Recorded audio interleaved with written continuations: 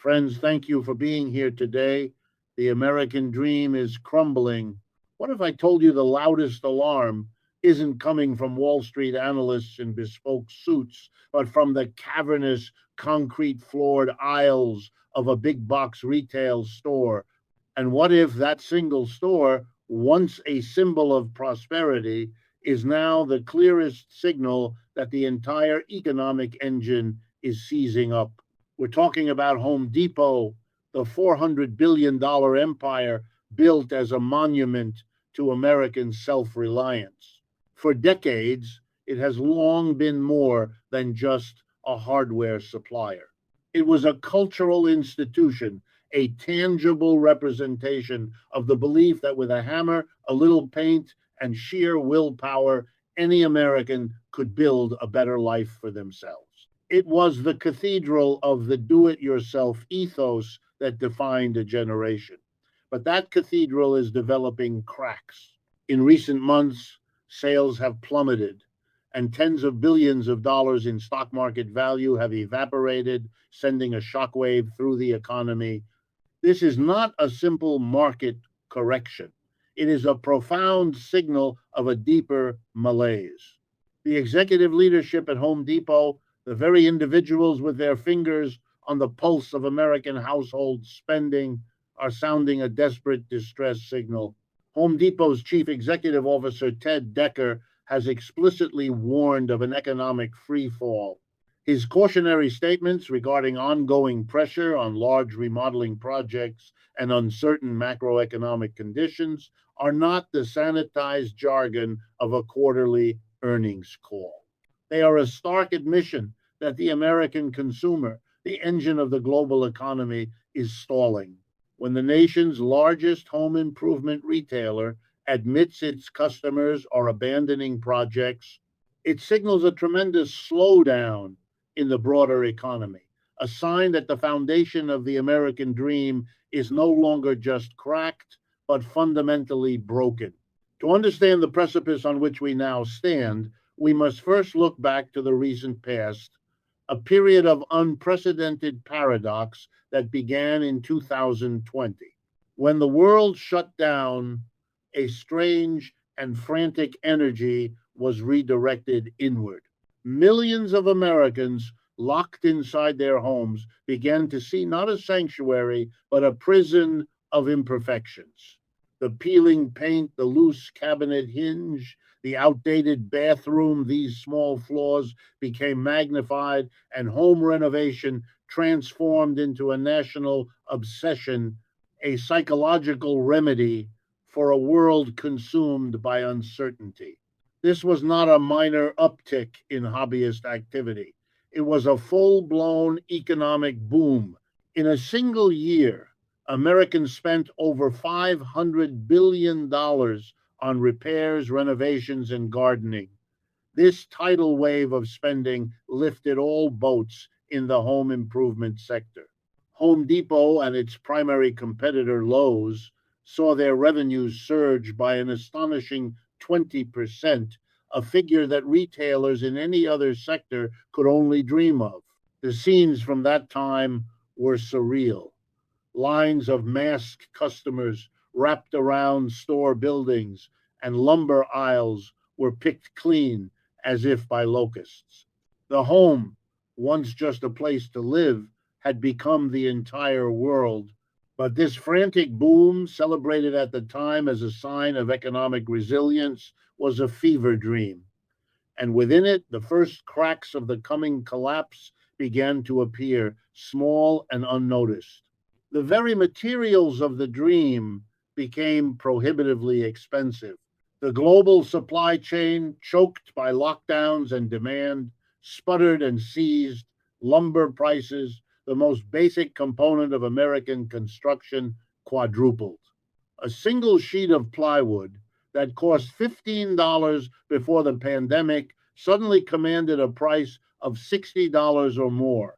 Metal, fixtures, and appliances became scarce and costly. How did Americans afford this? They did not pay from their savings. They paid by liquidating the very asset they were trying to improve. The renovation boom was largely financed by a massive expansion of debt.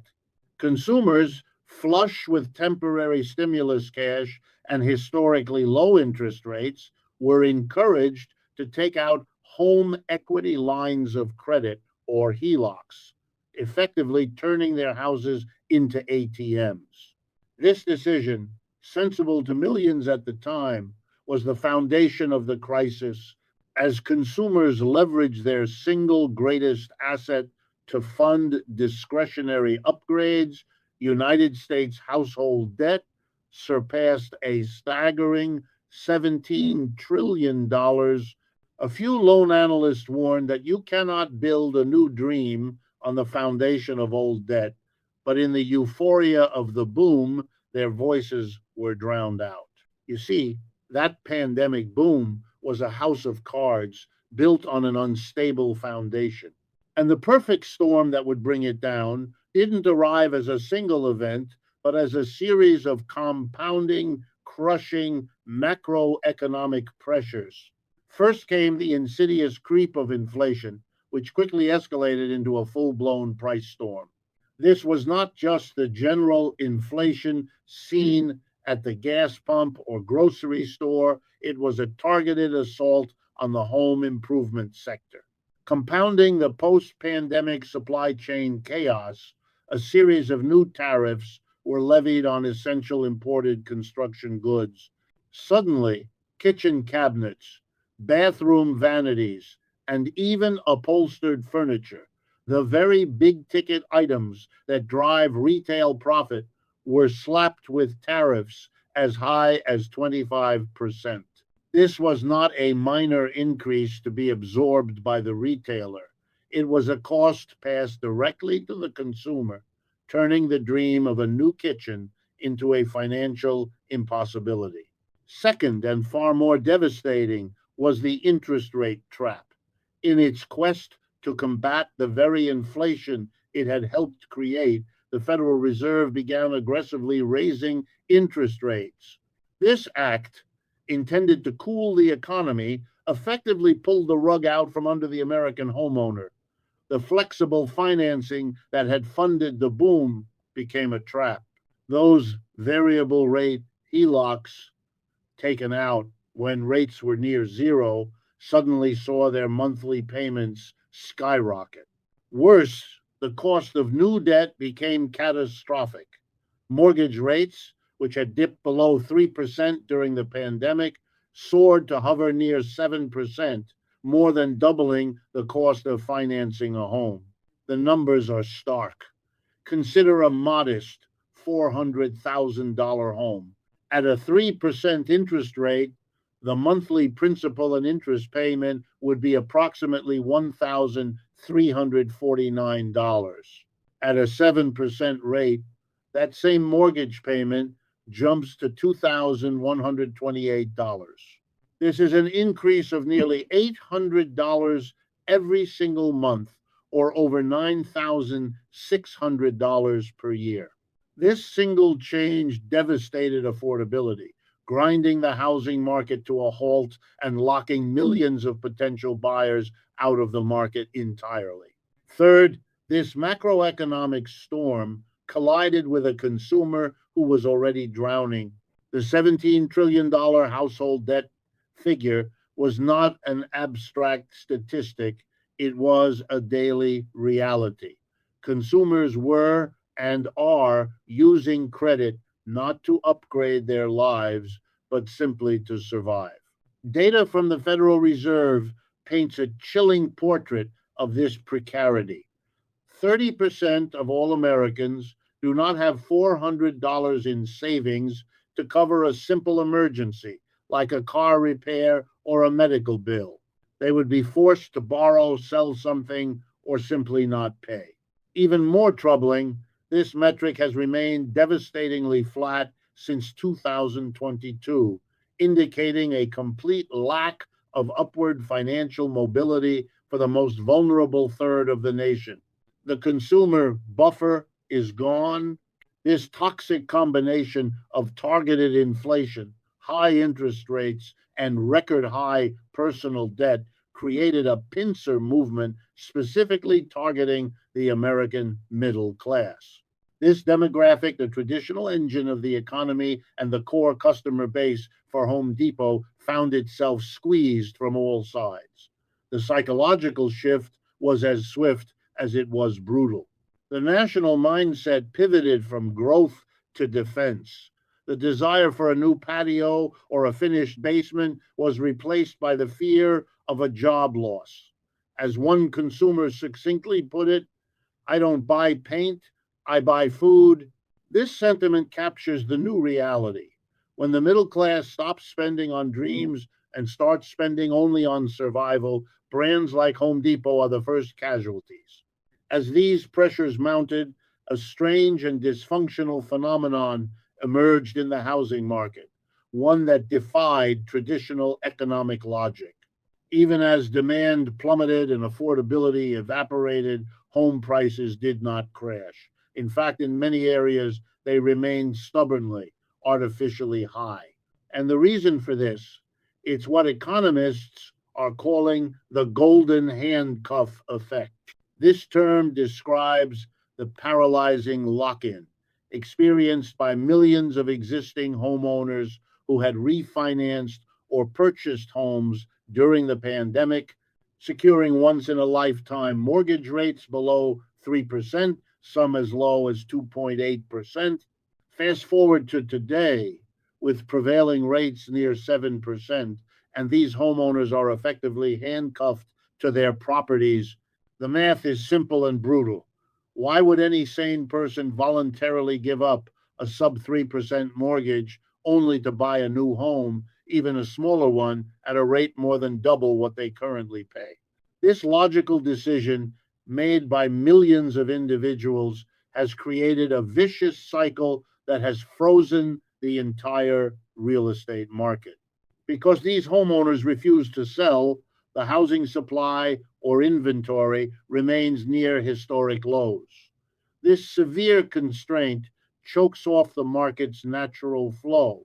This scarcity of available homes, in turn, keeps prices artificially high even as the pool of qualified buyers shrinks to almost nothing.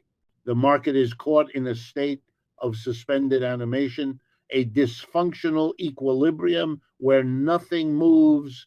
The ripple effects of this paralysis are enormous and impact every corner of the economy. First-time home buyers, the traditional lifeblood of the market, are completely priced out. They face the impossible trifecta of high prices, low inventory, and crushing interest rates. Second, the entire concept of labor mobility, a cornerstone of American economic dynamism, suffers. When people cannot afford to move, they cannot relocate for better job opportunities.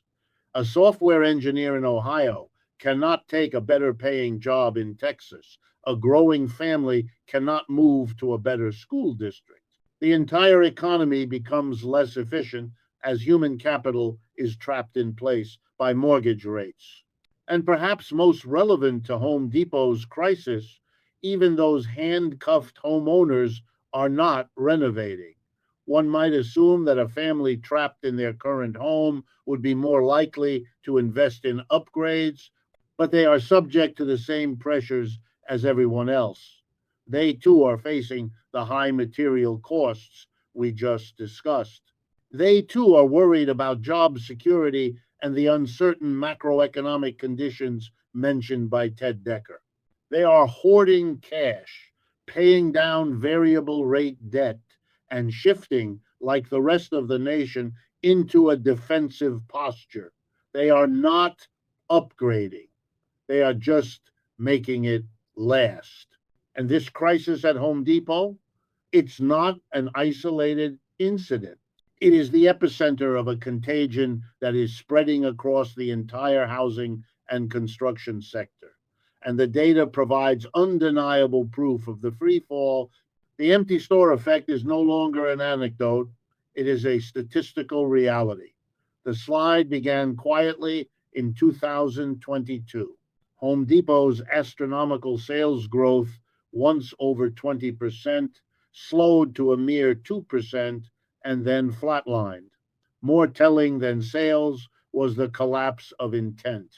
Google Trends data showed that public searches for terms like home renovation and kitchen remodel fell by over 40% in a single year. The enthusiasm had evaporated. By 2024, the slide had become a fall. In-store transactions dropped by 15% year over year. The company's stock shed over $30 billion in market capitalization. This is the reality of the consumer chill store aisles are increasingly empty, populated by more employees than customers. These are the dead aisles of a retail apocalypse, lit by cold fluorescent lights and reflecting a deep-seated consumer retreat. This collapse is not limited to Home Depot. The stock market freefall is sector-wide, wiping out investor wealth and confirming a systemic breakdown. The one-year performance data reads like a casualty list. Home Depot HD is down 21.4%.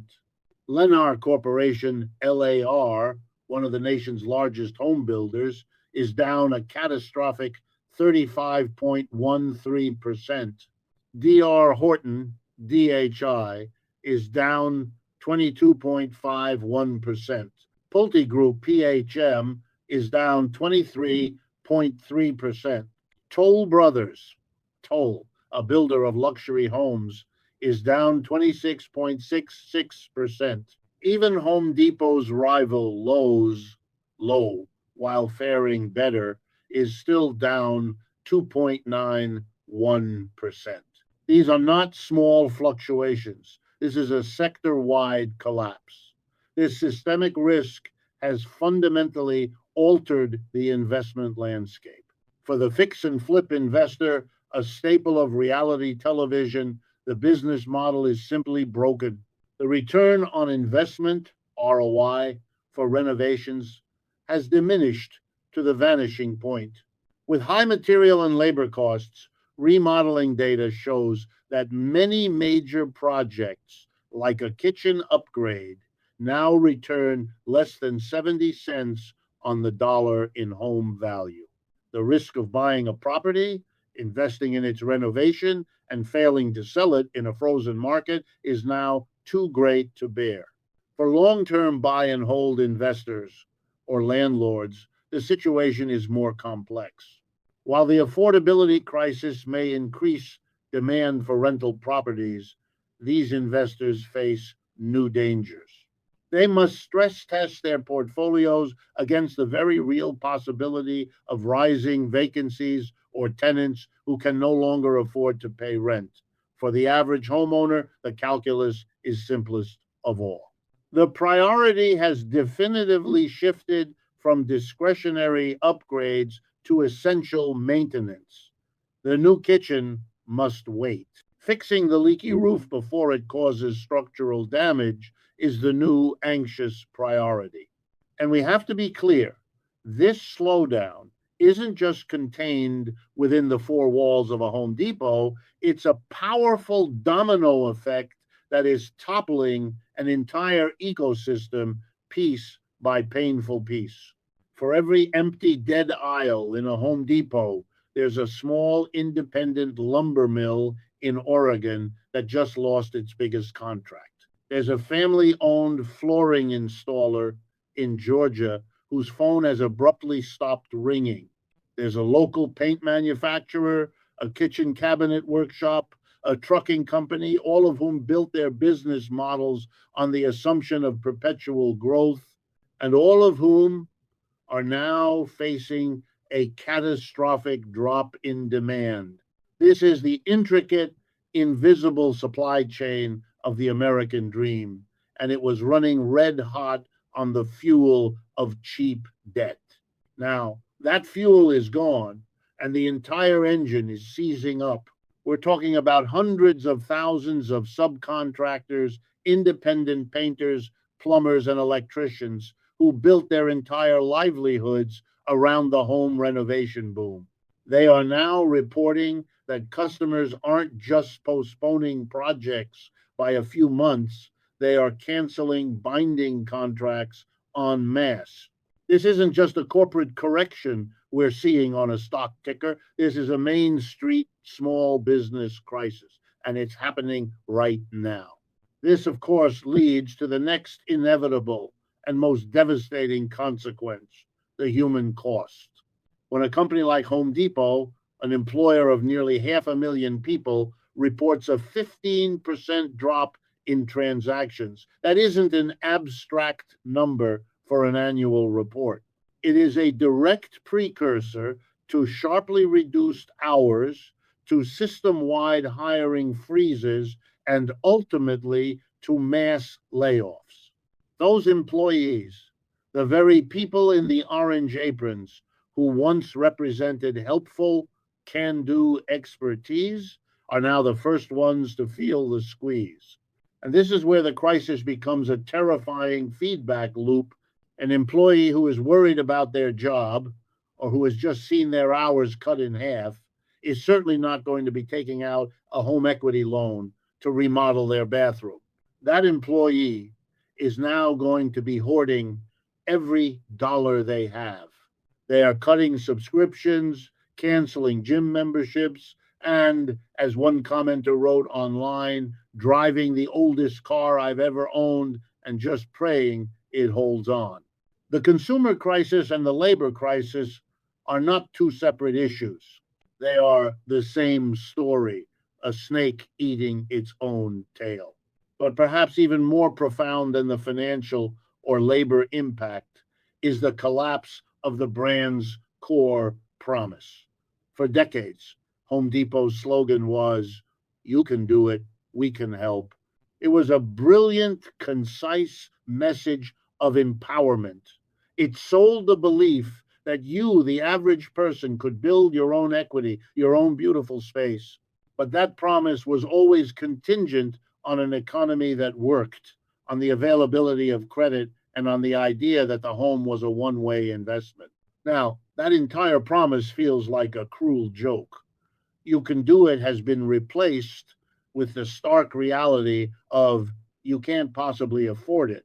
"We can help" has been replaced with the cynical offer of a new high interest store credit card. This isn't just a sales slump, it's a fundamental crisis of faith. Customers are no longer walking into that store with enthusiasm and a vision. They are walking in with frustration, with anxiety, and with a deep seated sense of betrayal.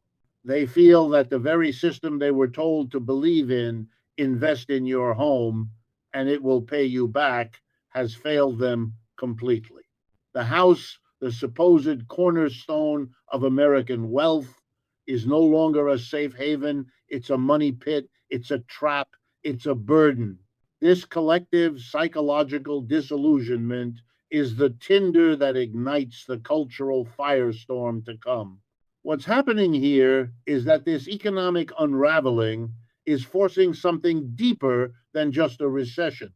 It's triggering what many are calling a great consumer reset, a profound cultural shift in the American psyche.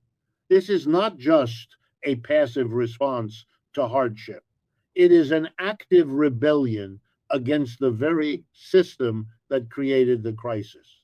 Americans are beginning to vote with their wallets. The widespread slowdown in spending, seen not just at Home Depot, but in the disappointing sales figures from Amazon Prime Day and the contraction of credit card debt, is not just a sign of weakness. It is a powerful message, a consumer led reset.